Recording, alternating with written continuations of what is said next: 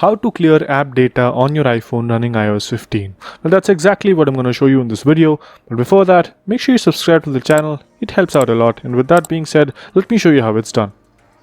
So first up, you go into settings, and in settings, you go to general. And in general, you can see iPhone storage. You click on it, and once you're here, you can see all the allocated space and storage that your apps are using. And all you have to do is go to the app that you want to remove the data from.